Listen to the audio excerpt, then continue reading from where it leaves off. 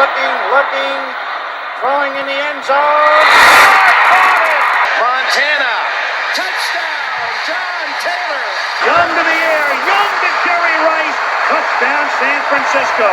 Young stumbles on the way back and fires up the middle. Pass is caught by Owens. Hello and welcome to the 49ers Plus podcast. I'm your host, Al Moriello, and this is your source for the most objective 49ers insight and analysis, plus timely and entertaining sports and pop culture topics. And today we're going to be talking about the 49ers' ongoing search for tight end 2. We're going to be talking about some potential free agents and draft eligible tight ends at the end of this month that the 49ers could be looking at. We're going to be discussing the 49ers wide receiver situation, especially in light of receiver Danny Gray's involvement in a car crash with Chiefs wide receiver Rashee Rice. And we're also going to be looking at some draft eligible receivers the Niners could be targeting. And lastly, the 49ers signed a running back, Patrick Taylor, formerly of the Packers. And again, we'll be looking at some possible draft-eligible running backs that the Niners could be looking, but this time in a different mold than the running backs that they've drafted previously, meaning Ty Davis-Price and Trey Sermon. There is no plus content this week. It will return hopefully next week. So it's going to be all Niners this episode. So let's get right into it. Let's talk Niners. So yesterday, Wednesday, the Lions matched the 49ers offer to tight end Brock Wright. 49ers signed him to an offer sheet last week. The Lions had 5 days to match, and they did. That offer from the 49ers was 3 years, $12 million with $6 million guaranteed. Aside from the guarantees, it was the same number of years and total value that Charlie Woerner signed in Atlanta. And if anyone's going to say, well, if you're going to sign Brock Wright to an offer sheet, why not just sign Charlie Woerner? Because he had 0 in the passing game. Good blocker, but is not a true all-around tight end 2. And as you can see, that is tight end 2 money. About $4 million a year, what Woerner got in Atlanta. He is behind Kyle Pitts. Brock Wright will be behind George Kittle, $4 million a year. Although it initially seemed high, upon further review, feels, I guess, right for a tight end 2. And it's somebody who would play between a third and a half of all snaps, and maybe even closer to half if this is someone that can obviously be equally adept at the blocking and receiving game to give Kittle a little bit more of a breather. I mean, 5 less snaps a game adds up over the course of a season, right? So the Niners are still on the search, and it's something that John Lynch has vocally recognized the need to upgrade tight end 2 on the roster now. As you know, George Kittle, Braden Willis, and Cameron Latou, second-year players. Jake Tongs signed, but he will more than likely be a practice squad player if he fits there at all. We've discussed at length the trust or lack thereof that Kyle Shanahan has in playing rookies.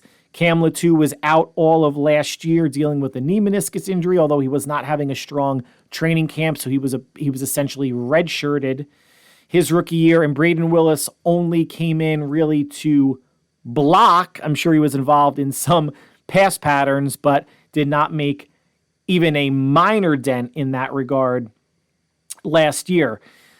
Free agents, not very appealing. If you want to go the more experienced route, a Robert Tonyan from previously played with the Packers, Logan Thomas of the Commanders, or CJ Uzomah last year with the Jets. Those would be 3 capable players to play a backup role to George Kittle, maybe this year and next year at the most. All 3 of those players are either approaching or over 30 years old. So that's not a long-term solution. Not to say that Brock Wright would have been with a 3-year deal, but I think he was 26 or 27. Little bit more youth. And what the Niners felt was upside in the passing game. They certainly want someone that's going to block. They stress that with the receivers, right? No block, no rock. And if you're a tight end, you have to block in line, meaning on the line of scrimmage and not just out in space. They thought Brock Wright could do that. And we'll see if there's a backup plan for any one of the three more experienced tight ends that I mentioned. Although if they were that solid of an option, they would not have tried to sign a restricted free agent from another team's roster. Now you have some slightly younger tight ends, Mitchell Wilcox, Kenny Yeboah, who was on the Jets the past couple seasons. They are not bringing much to the table statistically in the passing game and probably a step down blocking as well, but just wanted to share a couple of younger options.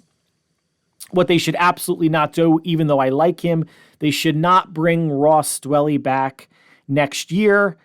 They brought him back on a one-year deal last season, wound up getting hurt early in the year and got put on IR. They do not use him. They should be using him more in the passing game. Not super fast, has good hands, can get open, not a good blocker, so not fully what the Niners are looking for. I'm sure there are hopes that regardless of what the Niners do or don't do in free agency or the draft at the position, that Braden Willis and or Cameron Latou could step up, because I don't imagine either one of those players not being on the roster this year unless they're able to get a veteran that they like. I mean, Logan Thomas has been, even though he's been nicked up the past several years, and I know that because I've had him as like my tight end too in fantasy the past couple of years, he is a good receiver. Might not be the greatest blocker in the world, but a big target who has experience putting up some pretty good years catching the football. But this is a position where if San Francisco goes the veteran route and they draft someone that they feel is just too good of a value at the pick, then you could see maybe a Latou getting released or traded or Willis getting put onto the practice squad. The Niners, like every team, are always looking at competition at every position. And as we've seen, Cameron Latou being a third-round pick, even though he was on IR all year, that guarantees you nothing year two. Trey Sermon, Ty Davis-Price, Danny Gray, we're going to be talking about him at receiver, might be out year three. But let's turn to the draft. The consensus number one tight end, Brock Bowers of Georgia, is going to go in the top half of the first round. The Niners are not going to be trading up or mortgaging anything close to the future picks for a tight end. But after Brock Bowers, this is where it could get interesting for them. The next tight end off the board will probably be Jatavian Sanders from Texas. He's probably an early to mid second round pick. He's 6'4", 245. He's had a couple good seasons past 2 years at Texas, going over, I believe, 600 yards each year. A good receiver, not a strong inline blocker. Someone like a Kyle Pitts, even though Kyle Pitts was a bit taller than Jatavian Sanders. He's been comped to David Njoku of the Browns, and that I think is a fair comp because Njoku, even though the Browns can have run the ball very well, they play with 2 or 3 tight end sets when they come in, for an obvious rundown. But Njoku is definitely a big threat in the passing game and had a very good season last year for Cleveland. Again, I know that because he was my number one tight end on 2 of my fantasy teams. I just more or less lucked into that. If Jatavian Sanders is there at the bottom of the second round, meaning the 49ers don't trade up, and they have, the 63rd pick overall, so second to last in the second round. If he's there, could they be tempted? Possibly. But again, now you're just drafting more of a receiver than an all-around tight end. And the tight ends I'm going to talk about next more fit the bill of all-around tight ends, but they all have deficiencies. Sanders' blocking is a glaring deficiency, but he makes up for that with receiving skills. But they have to figure out the mix on the team. Willis, Latou, if they're going to be there, is one going to establish themselves mainly as a blocker? And would the other establish themselves more so as a receiver? And if that's the case, maybe you can bring in a more receiver-ready tight end as your tight end too. But they don't know what they have yet, and they probably felt like they knew what they were getting with Brock Wright. They don't know what they have yet really with Willis and Latou, and certainly not with anybody in the draft, although you can project looking at film, or you can know what they've established in college looking at film, but projecting is difficult. That's why there's hit and misses. Now, maybe in the late second to third rounds, maybe even going early fourth, there's two tight ends that we should keep an eye on. First being Cade Stover out of Ohio State, 6'4", 247, and Theo Johnson out of Penn State, 6'6", 260. Again, now all of these tight ends that I'm going to be talking about are more receivers than blockers. Cade Stover, a little bit more refined at Ohio State as a blocker than Theo Johnson. Johnson, the bigger target, 2 inches taller, a little bit heavier. Stover, the faster target, or the faster, receiver. These are players that could be, I have them as second or third round. One of them could go in the second round. I'm not saying the Niners are going to trade up for them, but they're probably more third plus round players that could very well be there when San Francisco picks at the bottom of the third round. Now you're talking about pick number, mid 90s that they're going to have in the third, but could be there. Now, later on, if we're talking about rounds 4, 5, and later, there's 4 that the Niners can target. 1, Ben Sinnott from Kansas State, 6'4", 250, had a good last 2 years at Kansas State, is in the mold more of a Cade, Stover, the height and weight and the ability to block and receive, maybe, equally, but slightly better receiving. Jared Wiley, TCU, 6'6", 250. AJ Barner at Michigan, not going to add a ton from the receiving standpoint. A little bit more refined as a blocker. Not really surprised coming from a Jim Harbaugh team. And lastly, Tanner McLaughlin from Arizona, 6'5", 244. Much more of a receiver than a blocker, but based on looking at the some tape and some of the draft profiles, feisty. Does not look like he has the build to be able to hold up at the point of attack, but he gives it his all. He's a scrapper. He's a fighter. He has run I'm not going to say a full route tree at Arizona at tight end, because really no receiver, tight end, or wide receiver is going to come fully prepared to the NFL with a full route tree, but will add some juice as a receiver. So 7 tight ends that could be on the 49ers board. I wouldn't, if they fall in love with someone in the second round, I would be okay with them taking a tight end in the second round. I don't know about trading up, but if they feel like someone can if they can stay where they are at the bottom of the second, and they feel like whoever they draft is going to step in and establish themselves day one as tight end 2, and Shanahan is going to trust him, if Kittle's out, if Kittle's hurt, to send him into the pattern and actually be a viable receiving threat, I would be all about it. But it could be more of a third or fourth round type of selection. Remember, George Kittle in 2017 was a 5th round pick.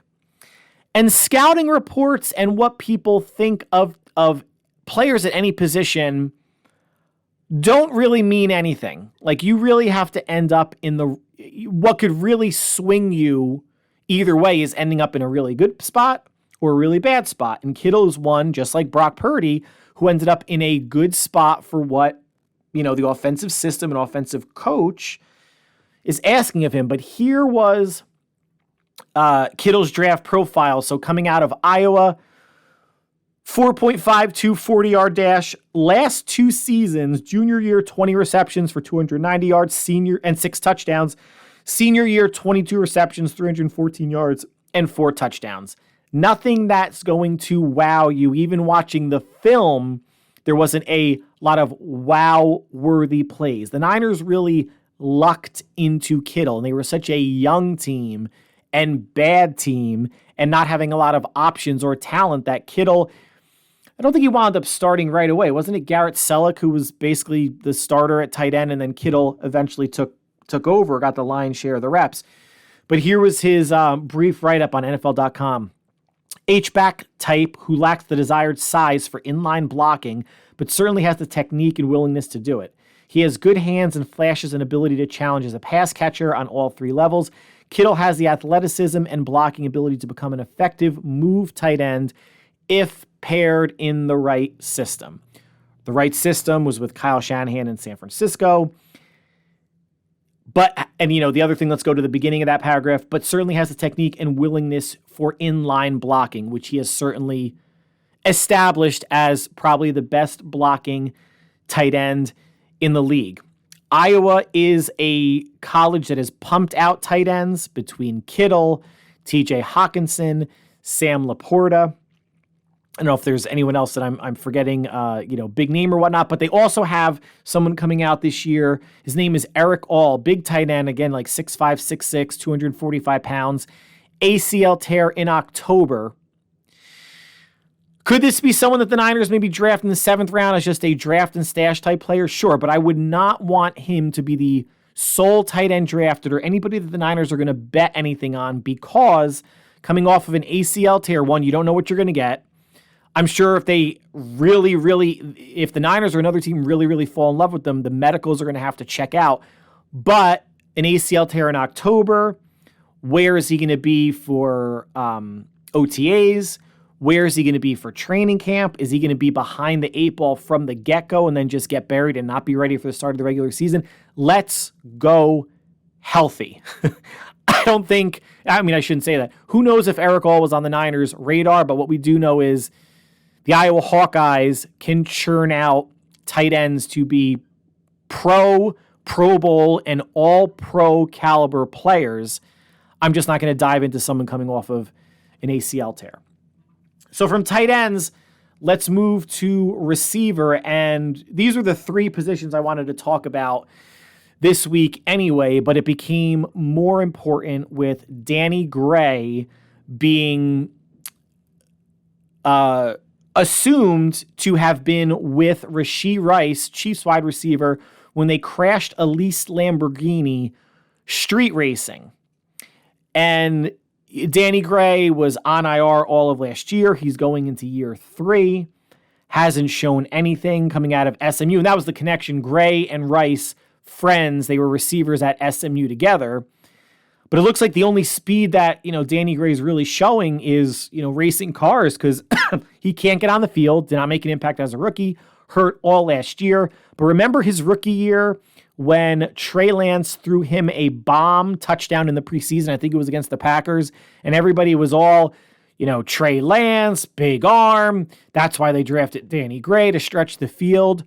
Oops and oops. That's why, 1, preseason will never, ever mean anything, and 2, you don't know anything about anybody until at least 2 or 3 years into their career.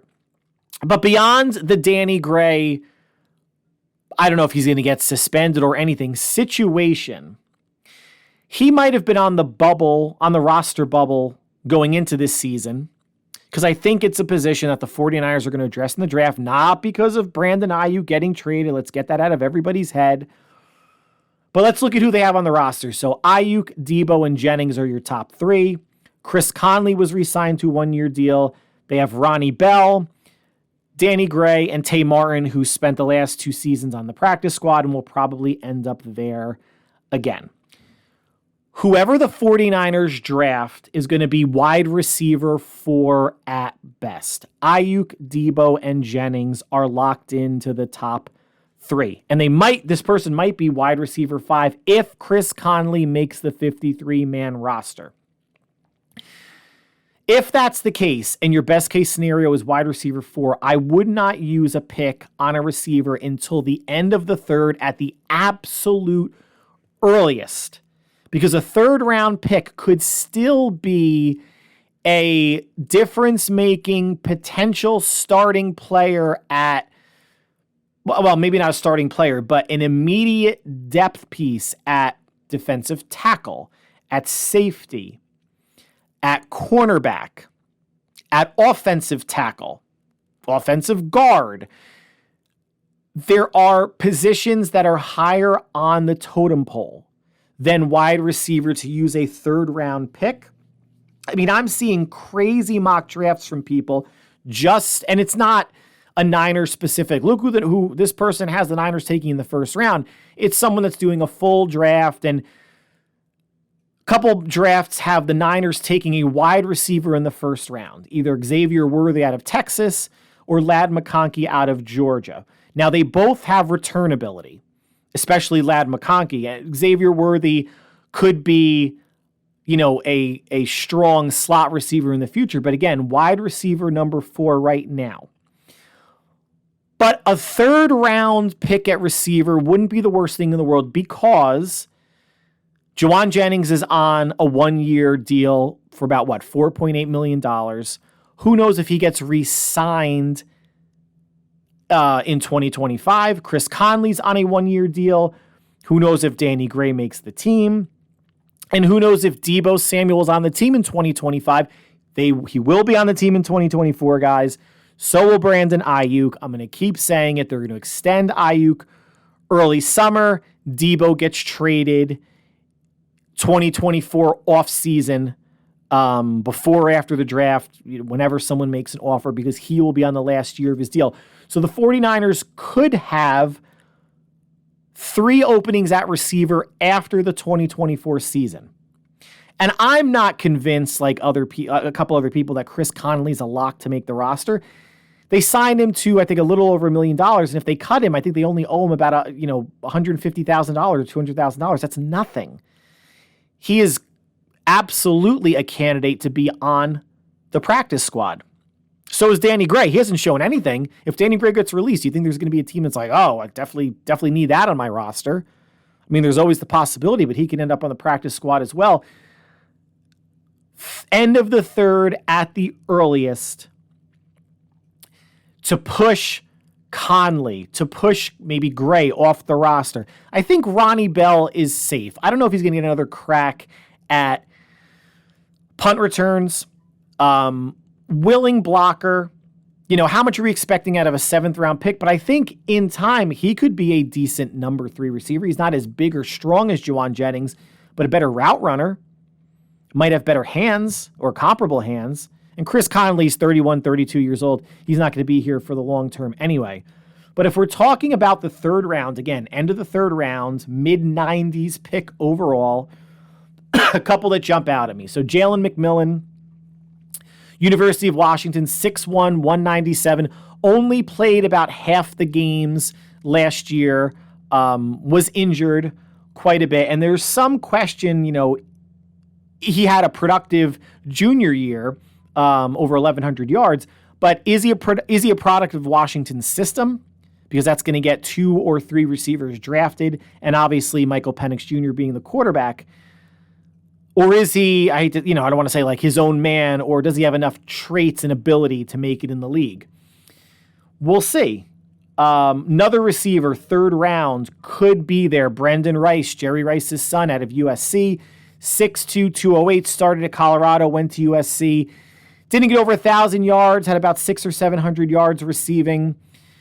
Has size, has good hands, good route runners, not a blazer, but could be someone that takes over for Juwan Jennings. Similar size, who could take over for Juwan Jennings in 2025. And if Deebo's gone, who knows? Maybe if he pushes for the number 2 spot next to Ayuk in 2025. I think, for me, though, I think it's an awful lot of pressure given what Jerry Rice did in San Francisco throughout his NFL career.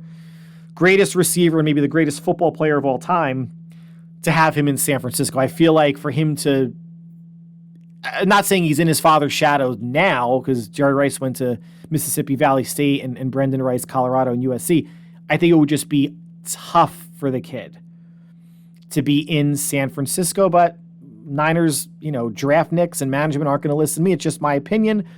They should go with the best receiver that provides the most value wherever they are picking. And another third-round pick, potentially Jamari Thrash from Louisville, 6 foot, 188 pounds. What he lacks in size and strength, he makes up for in speed and route running. You know, similar size to a Brandon Ayuk. Maybe Ayuk has maybe like 5 more, pounds on him. And not the willing blocker that maybe someone like a Brendan Rice or some of the other receivers I'm going to be talking about in the later rounds would be. 4th, 5th round plus. Another college player with Niner ties, Luke McCaffrey, Christian McCaffrey's brother at, University of Rice, 6'2", 198. Did go over 1,000 yards last year. Could, again, be that big slot receiver for, San Francisco next year if they don't resign Juwan Jennings. I don't think he has wide receiver 2 ability, but as a number 3 or number 4, or number 5 for that matter, might not be a bad pick. Player I like, now we're going to get a little bit smaller, Aeneas Smith out of Texas A&M, 5'9", 190, scrappy player. He's been comped to Christian Kirk of the Jacksonville Jaguars. If you can get 70% of Christian Kirk in the 4th or 5th round, I think that's an absolute win. Smaller receiver than what the 49ers currently have on the roster, but they had Ray McLeod last year at basically the same height and weight. Aeneas Smith, I don't think has much experience as a punt and kick returner. I probably can acclimate more to kick returns than punt returns, but a gadget player, could take handoffs, end arounds, could be that Debo light. And by light, I mean not as tall, not as heavy, not as skilled, but that Debo light player should Debo miss a couple games this season. Not saying that if Debo gets traded next offseason that he would slip into that wide receiver 2 role, but could have that same gadget ability that Shanahan likes. And 2 other receivers that have some punt, more for special teams, punt return and kick return ability. Taj Washington at USC, 5'10", 174, started opposite Brendan Rice, had a couple good seasons with Caleb Williams at quarterback. Will block. He is a willing blocker for his size. Now, how much he's moving people that have 30 pounds on him or more remains to be seen, but could add some juice to special teams. Good route runner, good hands, good speed, slight build. But again, this is the Ray McLeod replacement. And Anthony Gould from Oregon State, 5'8", 174, electrifying speed in the 4.3s. And a very good punt returner as well. And someone that, no team should be afraid of putting anybody under 5'10" on the field. I mean, if you could play college football at a high level, you may be able to translate to the pros as well. It's just not the mold of receiver that the 49ers have liked. But at the same time, you just can't have all 6-foot receivers that kind of are doing the same thing. A little bit more speed, a little bit more return ability. Wouldn't be the worst thing in the world. So there's some receivers, even though we are 3 weeks away from today until the NFL draft, at least round 1 kicks off. And just want to conclude the receiver section discussing the Stephon Diggs trade going to Houston and what impact people are saying this could have on Brandon Ayuk's situation, a trade making them nervous. Everybody calm down. Ayuk's not going anywhere. Houston, though, give them credit. They're taking a big swing while CJ Stroud is still cheap this year and in 2025. This is what the Bills did 5 years ago when Josh Allen was still on his rookie deal, and they traded for Stephon Diggs from Minnesota. Now, they had to give up more at the time than what the Texans gave up.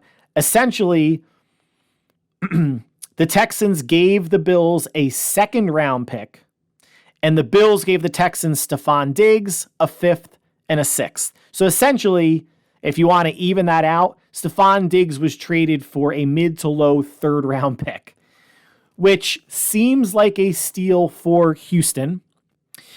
They're getting and here's why the whole worried about compensation for Ayuk if he gets traded because of what Stephon Diggs got. Stephon Diggs is 31 years old. Brandon Ayuk is 26. Ayuk would fetch in a trade what the Bills had to give up for, Diggs 5 years ago. And I don't recall off the top of my head if it was a first plus or, whatever. AJ Brown went for a first round pick. The Niners would probably want more than a first to part with Ayuk, even though he's not going anywhere. The Texans are in an interesting spot really quick because they have Tank Dell coming off of an injury. They have Nico Collins coming off of a 1,000-yard season. They have Dalton Schultz, and Nico Collins is in the last year of his deal. And if he puts up another 1,000-yard season, Nico Collins is going to be in line for $15 or maybe even $20 million or more. So would the Texans carry two $20+ million receivers after 2024? I don't know, but it doesn't matter because they are taking a swing. And yes, Stephon Diggs did have a down latter half of the year in Buffalo, but still a top 10, top 15 at the very least receiver to give a young quarterback. And if you have Dell and Collins as more of the deep threats and Stephon Diggs can work underneath and be that reliable veteran receiver for a very young team, Houston's making moves. Houston is definitely making some moves. Danielle Hunter on the defensive end, Stephon Diggs, in addition to others, plus any draft picks that they're going to make in the end of April. And last but not least, let's talk running backs. The 49ers a few days ago signed former Packer running back Patrick Taylor. Now, I don't think, Patrick Taylor is automatically the biggest running back on the roster. I think he's 6'2", 220. So a little bit more of a thumper. Again, not the mold of a running back that I would like to see the 49ers draft. They have that in Jordan Mason, who's I think 5'10", 5'11", 210, 215. He's definitely the thumper. So if these are the four running backs you go into the year with, McCaffrey, Mitchell as your not finesse backs, but more able out of the backfield catching passes. And then you have your two between the tackle backs in Mason and Taylor.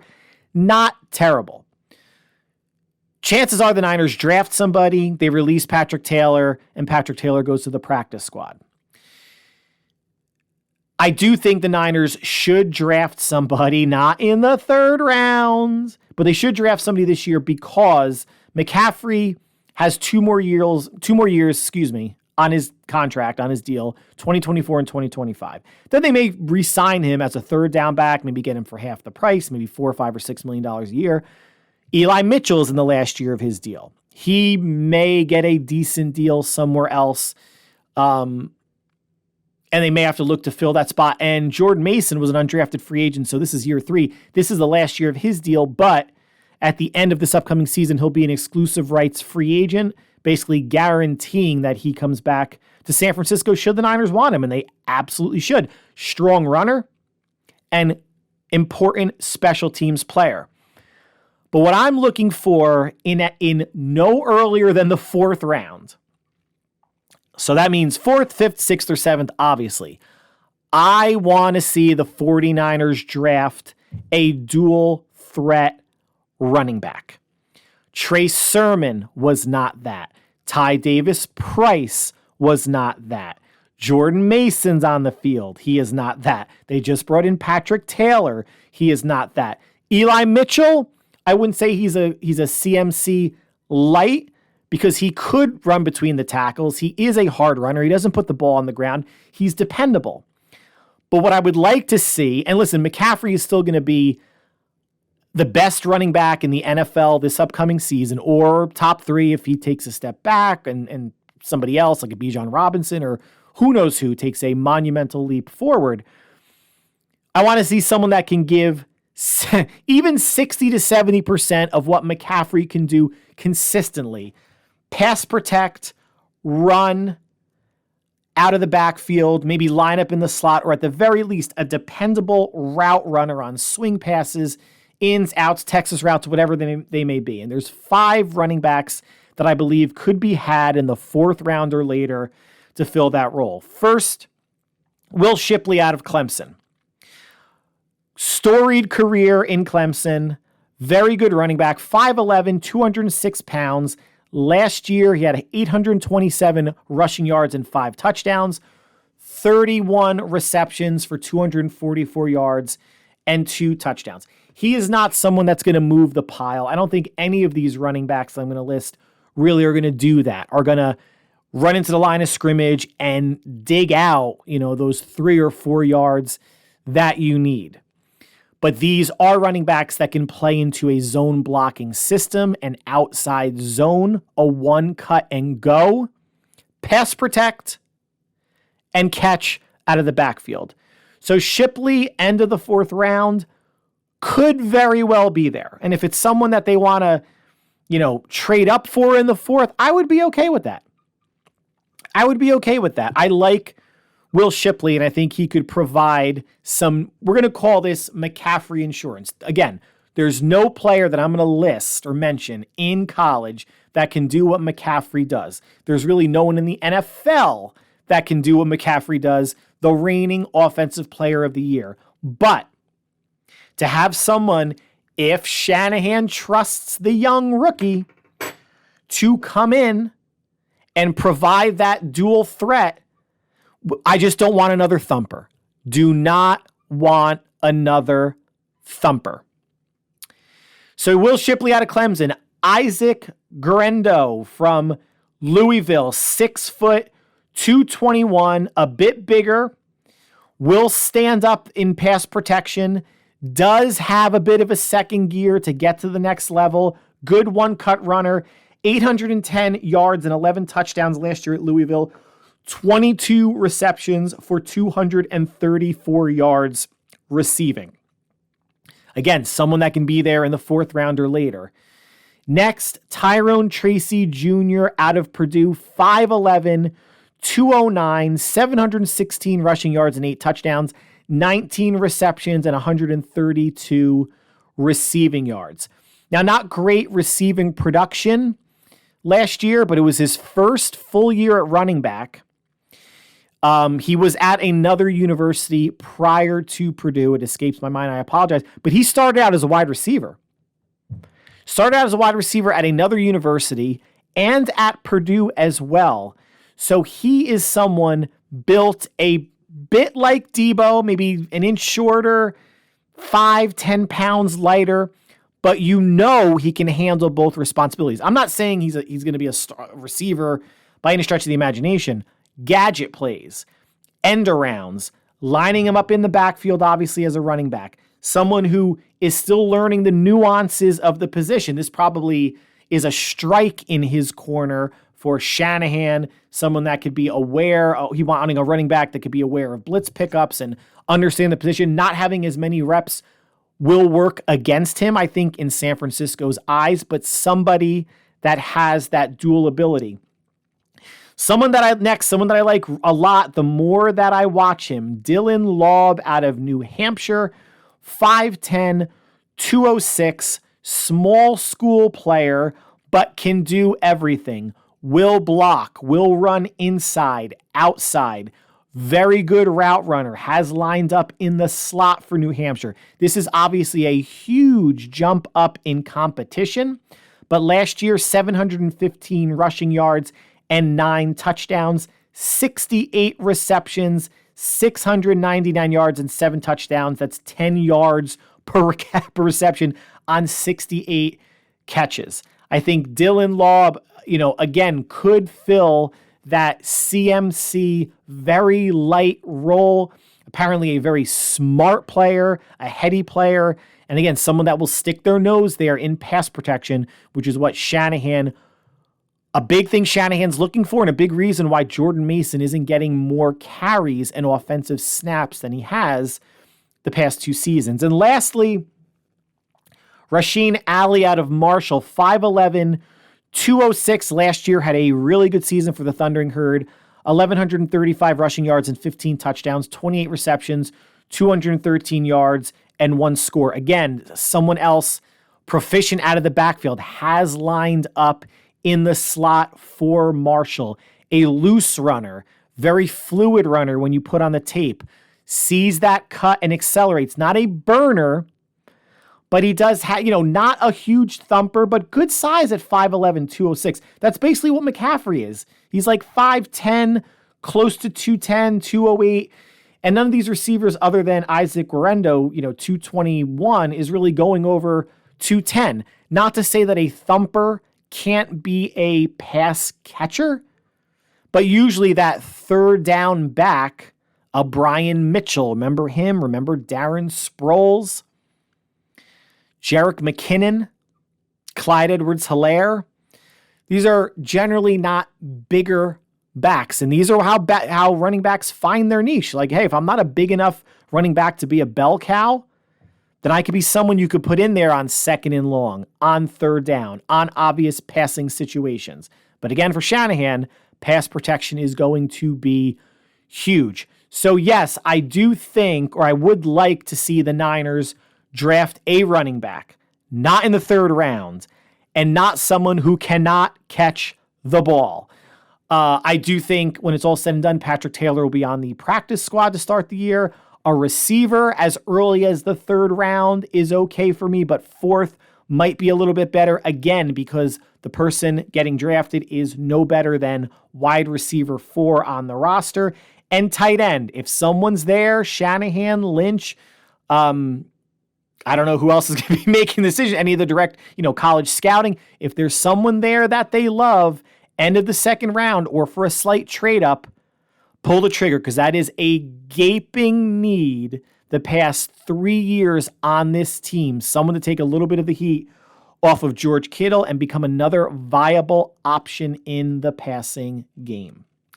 So that concludes the 49ers Plus podcast for this week. As I mentioned, there is no Plus content. Hopefully there will be next week. Next week, we are going to be diving into both lines, offensive and defensive. We're going to look at who's on the roster, what the pecking order is, and who the 49ers could be selecting as early as the first round, because the Niners love to take D linemen early, and they're going to start needing to love taking offensive linemen early, just given what the state of their tackle situation is and free agents coming up after the 2024 season.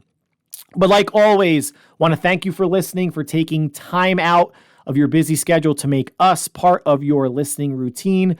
For those of you basketball fans, women's Final Four starts on Friday, the semifinals. Caitlin Clark and Iowa against Paige Buckers and UConn. I'll tell you what, that Iowa LSU game was great. Watched a little bit of the UConn USC game as well. And I know South Carolina is going to just destroy someone else in the other semifinal. I forget who. Then you have the final on Sunday. Great for women's sports, great for college basketball and women's basketball. The number that it put up was over 12 million viewers. That's more than any World Series game last year. That's more than 4 of the 5 NBA Finals games last year.